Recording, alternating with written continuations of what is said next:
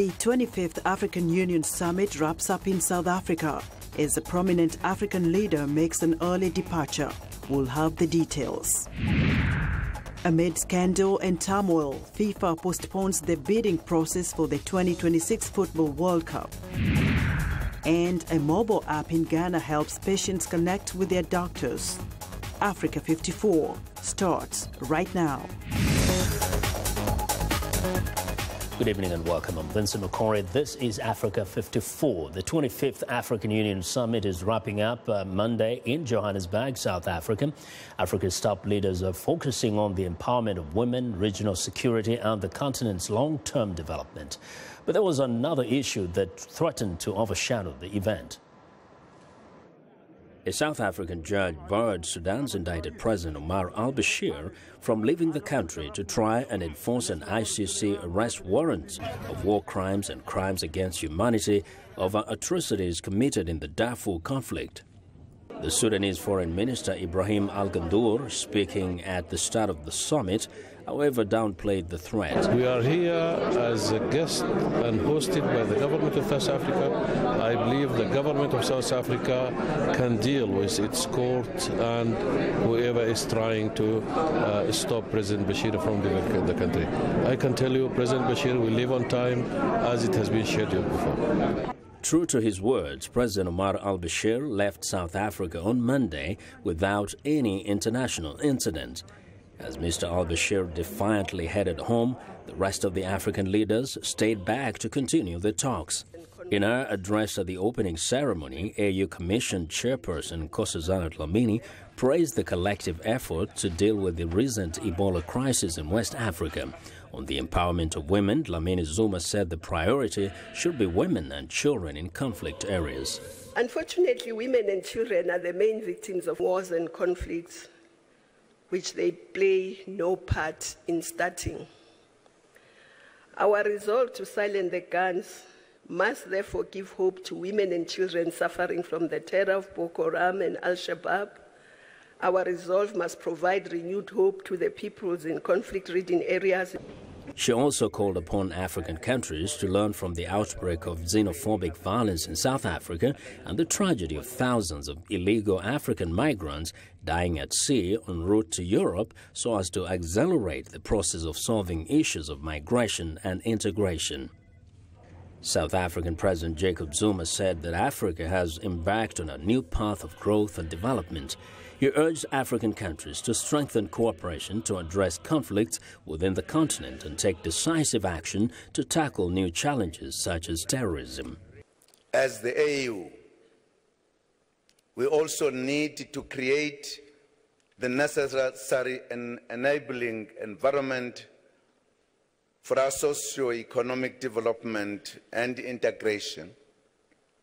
In particular, we need to continue to address the conflicts on the continent and come up with a decisive plan of action to address the current scourge of terrorism.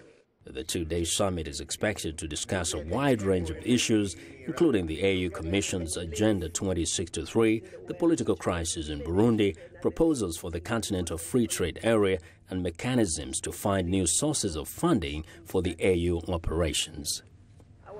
But up for more details on the Africa Union Summit, viewers, Anita Powell joins us live via Skype from Johannesburg. Anita, if we may go back first to the issue of Omar al-Bashir, there was a lot of excitement. Did anybody really expect Mr. Bashir to be arrested in South Africa? I guess it depends who you ask. As you saw with the foreign minister of Sudan, no. When I asked him, what assurances have you received from the South African government, he said to me, we've received assurances at the highest level, which means none other than the president. So certainly the Sudanese and the South African government at the highest levels did not expect him to be arrested. The courts are another matter. There was that interdiction to try to prevent him from leaving the country. There's some high theater in the Pretoria High Court this morning trying to find out where he is or where he was. But I think the powers that be did not expect anything to happen. Yeah, well, we know he's now back home, but you did actually have an interview with Assistant U.S. Secretary of State for African Affairs, Linda Thomas-Greenfield. What was her take on this, and what else did you talk about? Right, so VOA spoke to her on the sidelines of the summit exclusively, and one of the key things, she reiterated the U.S.'s position that as a signatory to the ICC, South Africa is under an obligation to arrest him, and they're disappointed and concerned. She also said, and this is key, that South Africa-U.S. diplomatic relations won't be affected by this. So I guess that's a relief to many South Africans. We also talked, of course, about the political crisis in Burundi and the slow pace of peace, or lack thereof, in South Sudan. Yeah. Now, talk about Burundi. Is there any sign that the leaders actually did address that issue, the conflict in Burundi and perhaps other conflicts? If they have, other than in the open session speeches, whatever they've decided or discussed has been very much behind closed doors. I spoke to the special envoy, the former special envoy for Burundi, who's the former chairman of the AU Peace and Security Council, and he said, we're just not ready to say anything yet about this. What is really important is that the president of Burundi is not here right now. Mm-hmm. Neither is the president of neighboring Rwanda, neither is the president of Congo. And I'm not sure how you can have a serious discussion about that region without those three key players. That's a little confusing. And I know Madam Nkosazana Dlamini Zuma did actually kind of make reference to the migrants who are trying to get to Europe. Has this issue been addressed, given that we have up to 500,000 people in Libya trying to cross over to Europe? Her former husband, President Jacob Zuma, also said something about this, and I guess that will set the tone of whatever private discussions they have. He said, this is an indictment on us for not making life better for our citizens, so they will stay here. That is, I guess, an encouraging start to that discussion, but I'm not sure how far they've taken it behind those closed doors. In a few seconds, Anita, what would you say stood out as different in this summit as compared, say, to the past conferences that you have actually covered, the summits? Actually, Vincent, I can't believe you're asking me that. Weren't we all dazzled by the beauty and the appeal of movie star Angelina Jolie, who appeared out of nowhere to appeal for an end to sexual violence? That brought some star power to the summit that we've never seen before. Mm-hmm. Well, Anita, thank you very much for your excellent reporting from Johannesburg, South Africa. Well, that's VOA's Anita Powell reporting. Now, the U.S. military says it is evaluating whether an airstrike in Libya killed al-Qaeda-linked militant leader Mokhtar Belmokhtar. Libya's internationally recognized government says the strike happened Saturday in the eastern part of the country and did kill Belmokhtar. The U.S. Defense Department has not yet confirmed Belmokhtar's death, but a military spokesman says officials believe the airstrike was successful. The U.S. State Department had posted a $5 million reward for Belmokhtar, leader of a group calling itself the Signed in Blood Battalion. U.S. officials accuse him of leading a 2013 terrorist attack on a gas facility in Algeria that killed 37 people, including 3 Americans. Now to East Africa, where the Kenyan army says that it killed a regional commander from Somalia's Al-Shabaab group and possibly also a Briton who joined the militants in fighting over the weekend. 11 Somali militants and 2 Kenyan soldiers died when Al-Qaeda-linked Al-Shabaab fighters attacked a military base in Kenya's northern coastal region of Lamu County on Sunday. A Kenyan Defense Force spokesman says among those killed was Al-Shabaab's Lokman Osman Isa, also known as Shirwa, the man blamed for leading attacks on Kenya's Mpeketoni area a year ago, in which 65 people were killed. Citizens lined up to view the bodies of the militants that were paraded by authorities. Now, staying in Kenya, the nation risks being subjected to U.S. sanctions for failing to comply with the minimum standards of the Trafficking Victims Protection Act. Eleni Ruvaga has more on the problem of human trafficking in Kenya. 27-year-old Ruby, not her real name, listens attentively during an awareness seminar on human trafficking. Ruby was a victim of human trafficking, an ordeal that lasted just over a year. Last year, she registered with an agency that promised her work in Libya as a caregiver to the elderly. Being her family's sole breadwinner, she hoped to send part of her income back home to take care of her mother and siblings. But when she reached Tripoli, her passport was confiscated and she was later subjected to both physical and sexual abuse. The session she's attending is a seminar in which trafficking victims are equipped with business skills. Ruby says a lot needs to be done to bring human trafficking to an end. Most people are supposed to be educated about human trafficking so that they get awareness and they get to know what happens, and creating job opportunities, mostly in Kenya, because lack of jobs is what tends to give people ideas to get those outside jobs.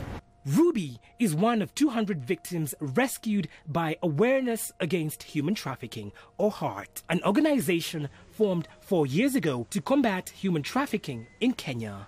For the past 3 years, Kenya has been on the U.S. State Department's Tier 2 watch list for failing to seriously tackle the problem. 3 years ago, Kenya enacted its Counter-Trafficking in Persons Act, but the law has had little impact on curbing human trafficking. The Cradle, a children's protective foundation, says there have been very few successful prosecutions because of the high threshold of evidence required to obtain a conviction. Meet Sophie Otiendo, a project consultant at HEART. Today, she is moderating the business training session. 17 years ago, Otiendo herself was a victim of human trafficking. She has since recovered from the trauma and uses her experience to encourage and empower those in similar situations. She says greed is what fuels this global scourge. So long as we want to get things cheap, there's always going to be trafficking. There was slavery, now there's trafficking, because we need different things and we have to find a way to get them in the cheapest possible way, and that trafficking is the fuel. The International Labour Organization says human trafficking is the second largest source of illegal income worldwide, exceeded only by drugs trafficking. And according to UNICEF, 1.2 million children are trafficked every year. Lenny Ruvaga for VOA News, Nairobi, Kenya.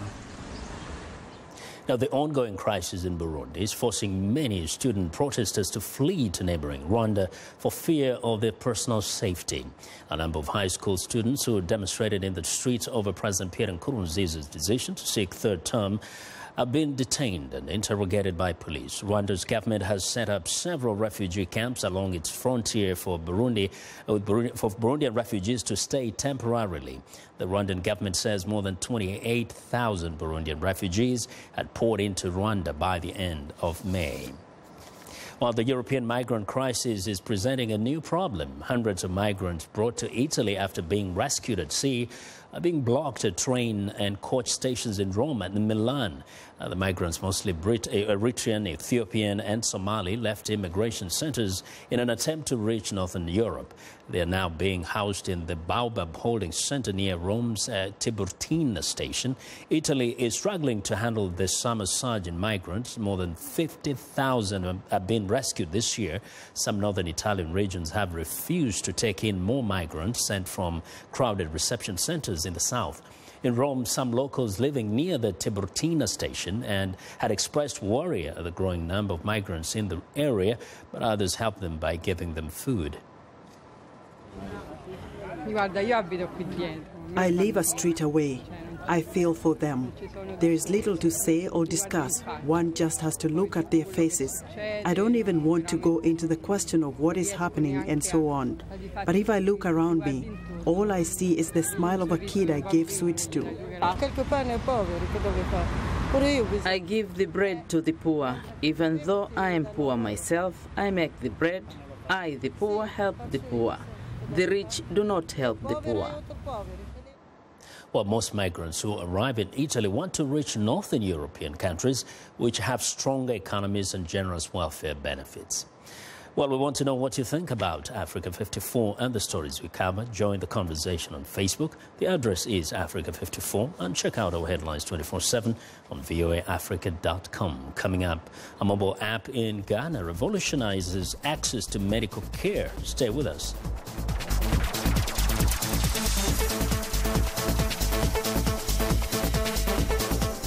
This is BizBeat. Well, I wish that we had the drachma. Make no mistake, this is not the statement that I want the drachma. I wish we had the drachma.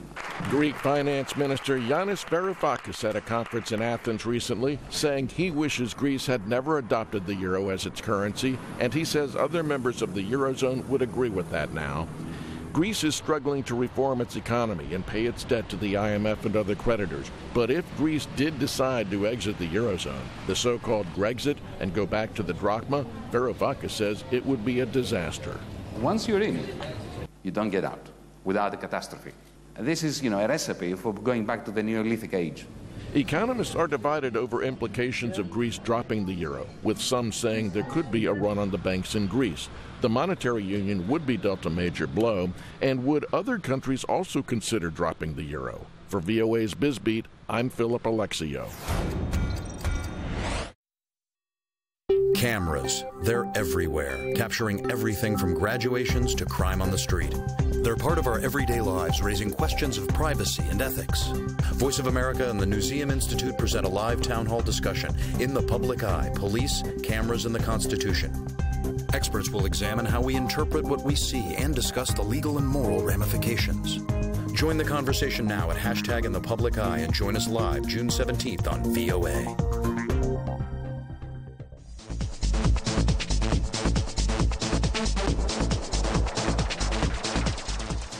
Welcome back. Now, gaining access to a doctor in most parts of Africa can be a challenge, but in Accra, Ghana, it is now easier thanks to the mobile app Dokita. It provides users with first-step health advice and recommendations from doctors within minutes. VOA's Paul Dio visited the developers of the app, and he tells us more. We'll use your phone's browser. Okay. An innovations revolution is unfolding in Africa. And this year, there are many stories about young people creating new mobile applications. Here in the Ghanaian capital, Accra, two techies have developed a cutting-edge mobile app called Dokita app. Dokita is an online application that provides a platform for users who have health-related questions with the answers from real doctors. Agana Nsiri is the co-founder of Dokita app. An online application where users sign up and doctors sign up, and then users can ask questions and then doctors can answer the questions. Mr. Nsiri says his app helps users to save money on doctor consultation fees and provides instant feedback. I have been having persistent. Then I submit my question. I now have a notification in my email. Paracetamol should do the trick, and Stephen should receive an SMS. The message reads, "Hi Stephen, a doctor has answered your question. To see your answer, log in at the link has also been provided for me." So if I were to be using a smartphone, I could just click the link to take me to the login screen where I log in to see my answer. One of the things that we are trying to do is we're trying to allow doctors, African doctors who are working abroad, repatriate skills. Apps are the rage these days for a growing number of mobile devices, and young people are taking the advantage of this revolution. Daniel Abaka, the founder of Ajuma.com, which means work, is one of such people. He has developed a mobile application that helps African freelancers find freelance jobs in other countries over the internet. We see it inspiring more African freelancers to even move out there and then do most of these jobs, feel empowered to target wherever they want to target and then still do a good job. Daniel says that the online platform is generating a lot of traffic and sees potential for growth. Mostly the jobs that we get, most of them are tech-related for now. Meanwhile, Metrics Designs, Ghana's leading integrated digital marketing agency in web design and social media, is generating a buzz. The Accra-based tech firm also provides a space where young creative minds hone their skills. Bernard Adujanfi leads the social media team at Matrix Designs. We started off basically as a software company, and we're developing softwares, but over the time things have changed, so we've decided to add web development and social media to it. Industry analysts say Matrix Design is a highly sought-after tech firm because most of their clients love the fact that they are a one-stop shop for all things digitally creative. What we're looking at doing is basically creating an information database on people. Now, what we want government to do is that they could work with us, create certain APIs with their systems so that their systems can log in and verify people's information. It will be exciting to see what other app developers have to offer in the next year, and how high will these technology revolutions eventually reach. Paul Ndiho, VOA News. Well, it's time now for a short break. Still to come on Africa 54, the Golden State Warriors close in on an NBA title. We'll be right back.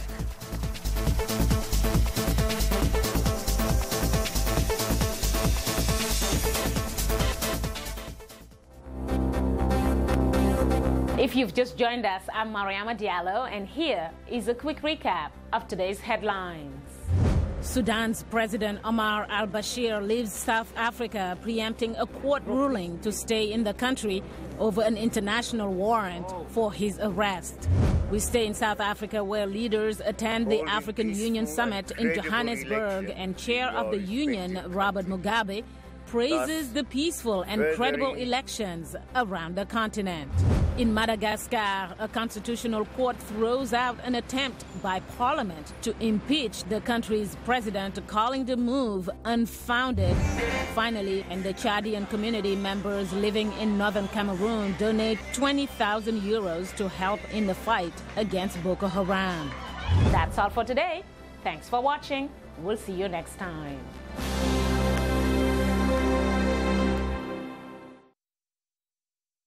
Wherever you are, Voice of America is on air, reaching more than 130 million weekly, worldwide, in more than 40 languages. Online, social media, and breaking news from around the world. On the go, dozens of new features on popular platforms with new apps and trending topics. Voice of America, on air, online, on the go.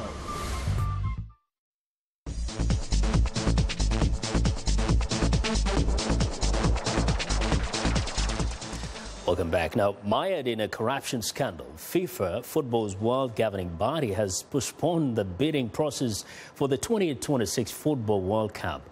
While reaction to the scandal was swift, with some people talking not only about FIFA's alleged misdeeds, but the U.S. role in exposing it. VOA's Philip Alexio has more. When the U.S. criminally indicted some top FIFA executives, it was welcomed by many in Europe and around the world, according to British football writer Keir Radnage, who spoke to VOA via Skype. I think most people, certainly if you look at the UK media over the last 5-7 years, then this has been a long time in coming, and there was an element and a feeling of frustration that things hadn't worked quicker and people hadn't been caught out sooner. I mean, part of the problem, of course, lay with FIFA's own very, very lax governance systems. The corruption scandal led to the resignation of FIFA President Sepp Blatter less than a week after he had won re-election. David Larkin is a U.S. sports lawyer. He says FIFA's operations have not been transparent. So where we are now, I think, is an organization, and I think it's important to kind of structure it around this debate around what is FIFA. I would argue that it's basically 25 people, plus or minus people co-opted onto it, that are basically operate in secret and have no accountability. The indictments unveiled last month paint a picture of corruption and bribery at the Swiss-based organization that runs the World Cup and other major tournaments. David Francis, a writer at Foreign Policy magazine, describes his view of the objectives of the U.S. investigation. You get the small fish. You get the small fish to talk, it gives you the bigger fish, and that's what we saw over the last couple of weeks. Now, what really prompted the U.S.? I highly doubt it was, going after the World Cup, because it probably isn't going to get it in 2022 no matter what happens. But it appears as if this has been a really long time coming, and they have their targets on the prize up ladder. Though some might disagree, David Larkin said until now FIFA's public image was one of purity and autonomy, but it's an image shattered by the U.S. corruption charges. Keir Radnage, though, points out that FIFA still has hundreds of well-meaning employees using football for youth development, health, and education. The work they do is tainted by these guys, you know, who've had their little money-making clique at the top. The host for the 2026 World Cup was to be chosen by FIFA members during its 2017 Congress in Malaysia, but FIFA said it would delay that decision. Philip Alexio, VOA News.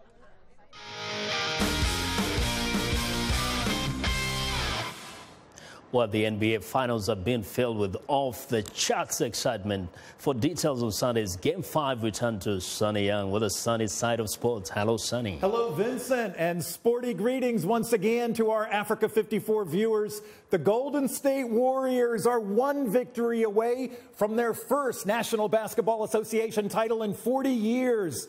The Warriors beat the visiting Cleveland Cavaliers Sunday night, 104-91, to take a 3-2 lead in the NBA Finals. Stephen Curry scored 37 points for Golden State, while LeBron James had 40 for Cleveland. Let's hear from both stars now. First, Steph.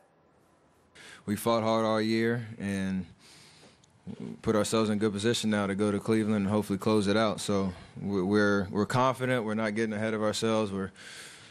The locker room, if you walked in there, was the exact same after a regular season win.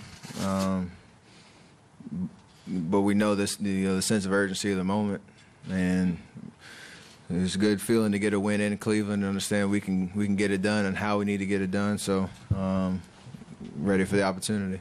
Tip your hat to a guy who makes shots like that, and he's the guy that can do it in our league. He's the best shooter in our league. So, but that's not why we lost. I mean, we give up 18 fast break points.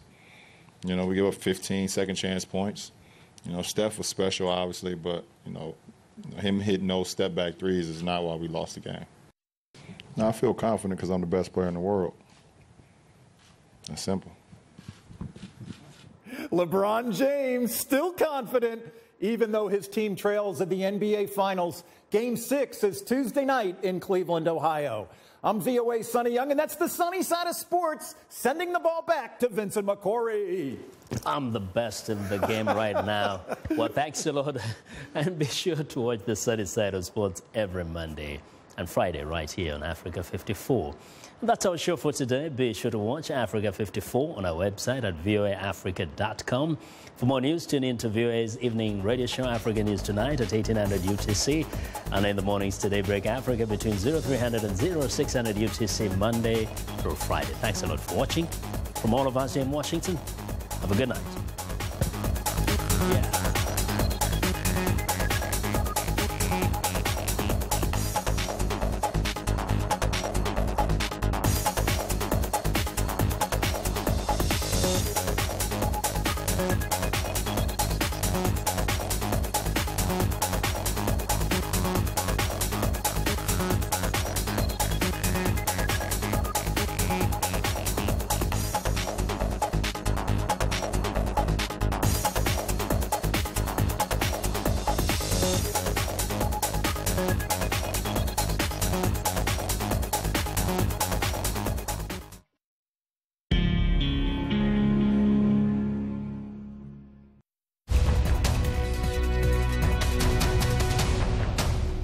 Welcome to the Voice of America's News Words, where we teach you about words in the news. Here is a story about a court case involving mobile phone technology. Samsung called the verdict a loss for the American consumer. Law professor Robin Feldman agrees. She says the verdict will lead to less innovation, fewer choices, and higher prices for consumers. A consumer is a person who might purchase goods or services. Many companies advertise to get consumers to buy their products. Consumer is a word you often hear in economic and business stories. Now, when you hear the word consumer, your American English will be good enough to know what it means. To learn more news words, visit our website, learningenglish.voanews.com. you.